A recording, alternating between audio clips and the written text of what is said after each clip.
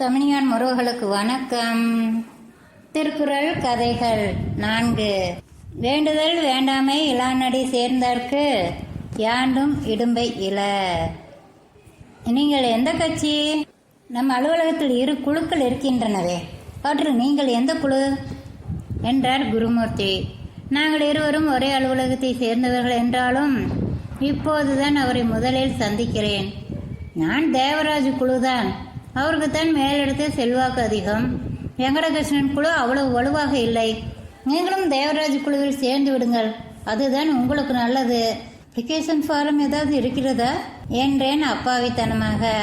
அவர் என்னை முறைத்துவிட்டு போய்விட்டார். நான் 2 குழுவிலும் இல்லை என்றாலும் 3வது குழுவில் இருக்கிறேன், பரந்தாமன் குழுவில்.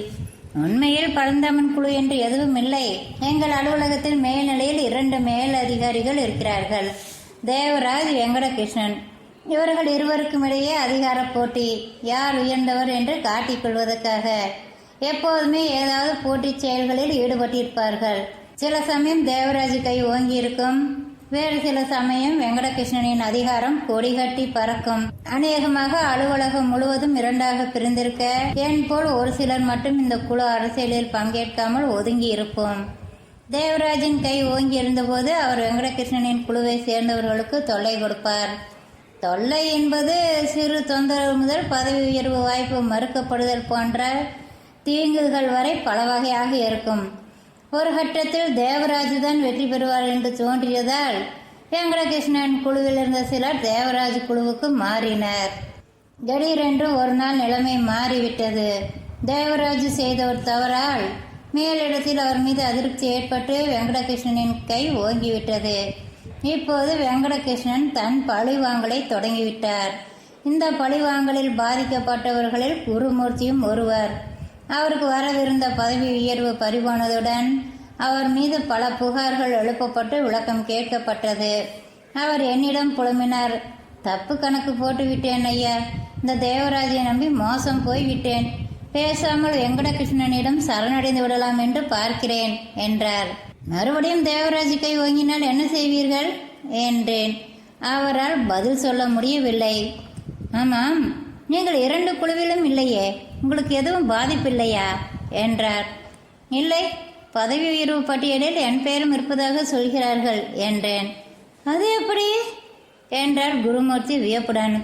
நான் தான் பரந்தாமன் குழுவில் இருக்கிறேனே என்றேன்.